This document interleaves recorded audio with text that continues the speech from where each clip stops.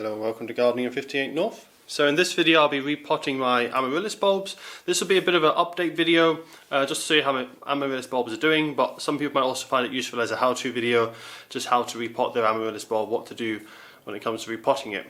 So these are my Amaryllis bulbs that I have at the moment. I have the one at the back, which is the one just starting to flower up here. This one featured in a previous video. I bought that this year and I showed you how to plant it up into a pot when you first get it. This one, as you can see, is just about to flower soon. It's been in a warm sunny windowsill. It's just about to get going. Now Amaryllis naturally flower around January, February time, but when you buy them from the shop they try and move that a little bit forwards so you can have it flowering for Christmas. That's why this one is flowering much earlier than the other ones, which have kind of now synced with the natural cycle of the daylight levels here in Scotland. So the other two bulbs that I've had for a long time are these two either side. They're still in their original pots from when I got them about 4 years ago. The soil has been changed for both of them at least once though within that 4 years, and the one in the middle right here was actually a baby plant which came off of this plant on the left and is actually getting quite big now and flowered for the first time last year. So I'll give you a quick update on the bulb that was struggling last year. That's this one here. This one, basically what happened is it was struggling to grow out the top. It had become too congested, it couldn't flower anymore, and the leaves were only growing a couple of centimeters tall. So in the last video when I showed you an update of this young bulb and this other bulb over here, they were flowering quite nicely, but this one was only just starting to grow leaves. Well, over the summer it grew plenty of leaves, as you can see. They were quite long as well, good established leaves. And it's grown a lot as well. The bulb has really increased in size. It's pushed off all these old growth layers. You can see where I've cut it as well. All the levels that I cut have kind of been pushed aside and it's grown a nice new bulb in the middle there. You can kind of see it on this side as well. I've cut it and it's just grown a new bulb inside it. So this one has done really well. Now all my Amaryllis bulbs are probably looking pretty bad at the moment. The reason for that is if you want your Amaryllis bulbs to flower, you need to have a dormant period where they're quite cool and they're allowed to completely dry out and the leaves die off. So that's what I've been doing with these. That's why they're all looking pretty bad. But this is the stage you want to get them at, to get them ready for flowering. They won't flower unless they have a nice dormant period over winter where it's cooler temperatures and much less watering or even no watering. So these have been sitting for a couple of months now with no water and low temperatures. So they should be ready to be brought into the flowering phase. What I will do is I'll take off the old leaves. I'll also mention that I've got a slight fungal issue on some of the leaves. You can see there are these red streaks. That's quite common in Amaryllis. If you have cooler conditions, cool damp conditions, you can get these red streaks appearing on the leaves. And you can see some of these older leaves, those darker spots is where that fungal issue was. It's not a big problem, but it is something that can happen if you have cooler, damper conditions. These have never really suffered from it in the past because I've always had them in a house, but this year I've had them in a conservatory where it's a bit colder and that's why they've suffered that bit more. So when it comes to repotting your Amaryllis plants, I normally recommend you don't actually repot them every year. Part of the reason for that is a lot of the energy is stored in the bulb, but also there's a fair amount of energy stored in the fleshy roots as well, and you'll diminish your flowering for the next year just ever so slightly normally when you do repotting. So I normally repot every 2 or 3 years. And when it comes to repotting, they don't need massive pots either. The smaller pots are often quite good because they don't stay wet for too long and it's less likely that your bulbs will rot off. But these two bulbs are getting quite big now and I'd like them to actually become really giant bulbs and see if I can get more than 2 flower shoots at a time on each bulb. So I'm going to be upgrading these to larger pots. At the moment they're in pots which are about 1 litre in size, maybe 1.5 litres. I'm going to upgrade them to 2 litre pots. So I'll be planting them in this, and then I'll be putting them in a decorative outer pot. So at the moment they're only in a decorative outer pot and there's no drainage holes at all. That makes it quite dangerous for overwatering. So if you do have an Amaryllis, sometimes they do come like that and there's no drainage holes. What you want, if you can, is have your Amaryllis like the plant at the back here.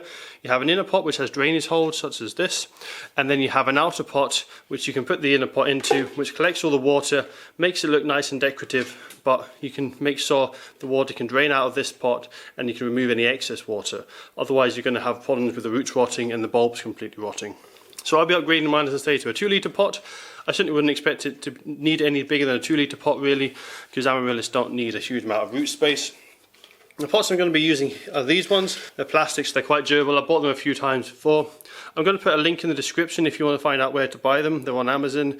I'm not getting paid to promote this pot, but I will get paid for anyone who clicks on the link and purchases a pot. So, as I say, I'm not being paid by the company, but I might get a small amount of revenue if anyone buys the pot from the link. So the first thing I want to do is tidy up these old plants, get the old leaves off and take them out of the pot, remove the old compost which has become quite stale and old, and replace it with some nice fresh potting soil. So when it comes to tidying up the Amaryllis, the leaves should naturally just pull off. You shouldn't have to force or cut them off. If you need to force them off, they probably need a bit longer. Or if they're completely dried on, you can use scissors, but normally they should pull off quite nice and easily. And when it comes to the outer bulb layers as well, you don't really want to take them off unless you have to. But if there's a lot of them and they're very loose, like these ones here, I would just gently remove any of the bulb's outer layers. If it's lots of layers like this where you can see there's about 4 or 5 wedged together, I would just gently pull them off if they come off nice and easily. But if it's such as this bulb here and you've got some brown layers on the bulb that are securely attached to the bulb, don't touch them at all. Those brown layers of skin on the outside of the bulb actually protect the bulb, so you actually want to keep it. You don't want your bulb to look completely green, you want it to look brown, but you just want to get any excess amounts of dead material away, otherwise that can retain water and cause rotting issues, but also it doesn't look particularly nice. So take off any excess as long as it's loose, but you don't want to go for a green bulb. A brown bulb would be better. So with this one I'm going to take it out, have a look at the roots. Now the roots are very fragile on Amaryllis, so you will quite likely lose quite a lot of them, and it's quite difficult to keep them. This will probably be quite root bound. It's been in here for a couple of years now. So you can see there, that's the old mix that had it in. The roots are looking healthy.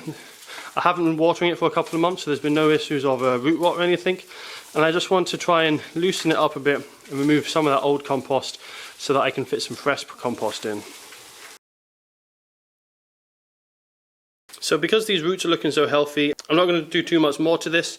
I'm just going to keep it as it is, try and keep as many roots intact as possible. There's quite a lot of nutrients still stored in these roots. I will have to be careful not to snap these though. If it looks like you're going to snap most of your roots, or if there's a lot of dead roots, I would get secateurs or scissors and cut the roots back close to the root plate, just to give it some more space so it can grow again and have fresh new roots without having all those dead roots in the way.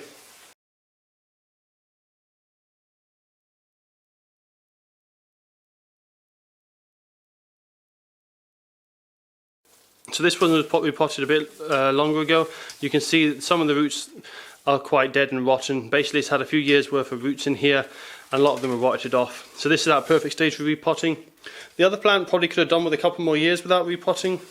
There's plenty of healthy roots and there wasn't a lot of space taken up by the old dead roots. But this one's got lots of old dead roots, so this really does need to be taken right back and trimmed to give it more space for the healthy roots to grow through. So as you can see with this one as well, most of it's falling off naturally. The other one kept a lot of its soil and its roots, whereas this one, a lot of them are just naturally falling off. But I will be trimming this one just to remove some of these old dead roots. And you don't want to rip them off. You want to make sure that they're trimmed nice and cleanly, otherwise you're going to cause more damage. You want to be careful because the root plate at the base here, if that gets damaged, you can get rot, and that will definitely kill the plant. So I'm just going to use secateurs. I'm just going to carefully go around the edge here, making sure I don't go too close to the root plate and damage it.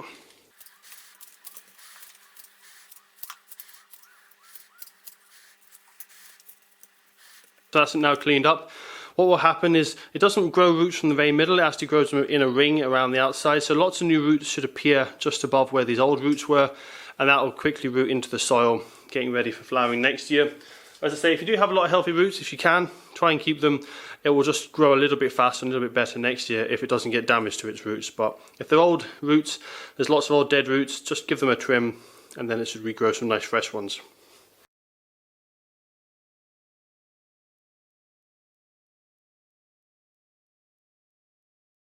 This bulb is much younger. If it had more healthy roots, I would leave this leaf and then it could absorb the energy from that before it goes completely dormant. But because I've cut all the roots off, it will dry out without any roots. So I'm also going to cut this leaf off here. So this is the baby bulb, and you can see it is certainly a much smaller than the original mother bulb. And you can see there from the root base, the root plate on this side is a much smaller one than this. The root base tends to get bigger every year. The bulbs fluctuate in size, but the root base doesn't fluctuate in size as much.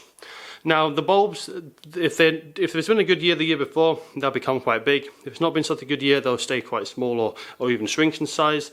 This one is a baby one, so it's been growing bigger every year. This flowered for the first time last year with I think it was 1 flower spike and 2 flowers. This one has always had 2 flower spikes, quite often up to 8 flowers in total, with 4 flowers on each flower spike. This year this is a particularly big bulb, so I might even get a 3rd flower spike, but we'll see how it does. Hopefully I'll get at least 8 flowers from this. It does normally do well, this bulb. This one, as I say, it only had 2 flowers last year, 1 flower spike, so I should expect this one to do a bit better. The bulb's a bit larger, it's had an extra year to absorb energy and build up its reserves, so I'm hoping for 2 flower spikes on this, or if I have 1 flower spike, I'll have hopefully 4 flowers instead of the 2. So this is the soil mix I'm going to be using. Now, Amaryllis actually do quite well in a high organic content mix, so peat-based compost or normal organic compost or coconut coir, something like that should do quite well. I'm just using a multi-purpose compost mixed with a little bit of loam. I find if it's just pure compost, once it gets too dry, it doesn't really rehydrate very well, so a bit of loam will help with that. But the main thing to worry about is drainage. It does need to be a well-drained compost, so although it likes organic content, if it was just pure compost, it wouldn't do too great. It would probably rot off and die. So if you can, put in some grit or some perlite. That's what I've done. I put perlite in here, and just make sure it's a well-mixed mixture of compost and it's free draining and loose. This does look a bit heavy the way I've mixed it at the moment, but that's because my compost has been sitting outside and is very wet. Now unfortunately this could cause a slight issue. I don't really want my compost too wet because these plants aren't going to be growing for a while. They're still in the dormant phase, and so they'll be sitting with wet compost at the base. It's not ideal. It's the only compost I have at the moment. If you can, try and find compost that isn't too wet because you don't want the bulbs to rot. When you repot them, they're at the highest risk of rotting. And when it does come to repotting, the best time to repot them is in the dormant phase, so after leaves die back, before they start flowering again, that's the best time to repot them, because they're going dormant anyway. They're going to have the least amount of damage if you repot them at that time. So I'm going to be repotting all of my plants into this 2 litre size. A bulb this size is probably a bit too big for it, but I'd like all my plants to match, so I'm just going to go ahead with this one in this pot. So when it comes to repotting it, it's very important to think about the height that you're going to be repotting it in. You don't want to bury the bulb. Amaryllis bulbs, they're not like spring bulbs where you bury them twice as deep as their size. You want them actually sitting probably about half the bulb out of the ground.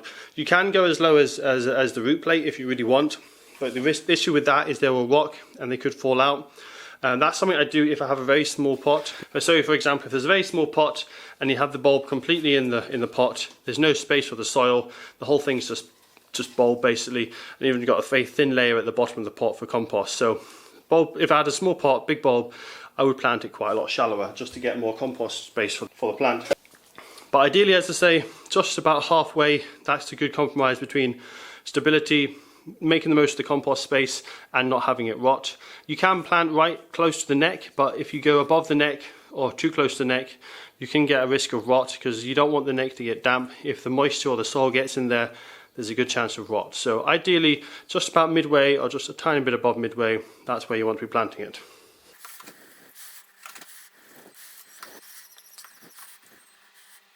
So I'm just going to plant this bulb about this deep. I haven't filled it right up to the top because, as I say, this pot's a little bit too big for it, so just giving that a little bit less compost in there will help it not being oversized.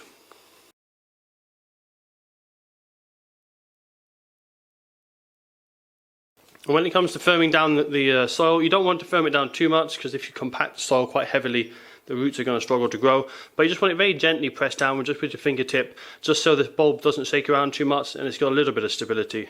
But you really don't want to be ramming your fingers in or tamping it down too hard, otherwise the roots will struggle to grow. So this one will be my trickiest one to repot, especially as there's a hollow area here with the roots. Trying to get the soil around there will be quite difficult, so I'll do my best, but the easiest way to do this really is to shake it around a little bit. What I'm going to do is cut the very ends off these roots just so I can get into the hollow area. It's creating a bit of a cage, so just going to trim the end of these so I can get in, otherwise it will be difficult to get the compost right into the middle. But ideally, if you have healthy roots, don't trim them at all because that gives a risk of infection getting in if you cut the roots. So I just need to check the height. That's about right. So what I want to do now is, because this has a lot of fresh roots and I want to get the soil around the edges, is I really need to shake the pot a lot, try and get it into every crevice, every space around the roots. And it's just going to be a little while, a little slow process, just compacting it down and shaking it, but eventually all the compost should get around the roots and the roots will be nicely covered. So once you've repotted your plants and they've had their dormant period, what you want to do is put them in a warmer environment. So with all 4 of these plants, they'll be kept in a warm environment. The light levels doesn't matter until the flower shoots start to appear. So these 3 at the front, I'll put them in a warm location just to bring them out of dormancy, and once they start growing a flower bud and it starts coming out the top of the bulb, like this one at the back, I'll put it in a nice sunny position. That will just stop the flower shoots from getting too long, too leggy, and getting a risk of the plant falling over. So that's my 3 Amaryllis bulbs now planted up. Now what you can do is underneath the pots you can put either some polystyrene or some gravel or some small stones just to raise the pot up slightly. What that will do is it'll just give it a bit more space for the water to collect. In these pots it will also look slightly nicer because the edge of the internal pot will be more similar to the height of the outside pot. Ideally I would have sized them a little bit better. You can see this one, you can see these inside pots are maybe a tiny bit smaller than what they should be, but they're quite close to the size of the outside pot. So a slightly bigger inner pot would be ideal, and like this one here, if you raise it up slightly, that way you can collect a bit of water underneath. It just works a bit better that way, otherwise it sits in the water a bit too much. If you can raise it up slightly and then just check it every now and again, take out the middle pot, look underneath, make sure it's not sitting in water. That way you can have it nice and free draining, but you can also collect the water in the outside pot so you don't get water over your windowsills or your tables. And as I said at the beginning of the video, if you're interested in these pots at all, I'll put a link into the description so you can find them on an Amazon affiliate link. And I'll see you guys in a few months' time when hopefully these 3 bulbs will be flowering. The one at the back might be finished by then, but if it is finished by then, what I'll do is I'll take a photo of it so I can give you guys an update on that as well.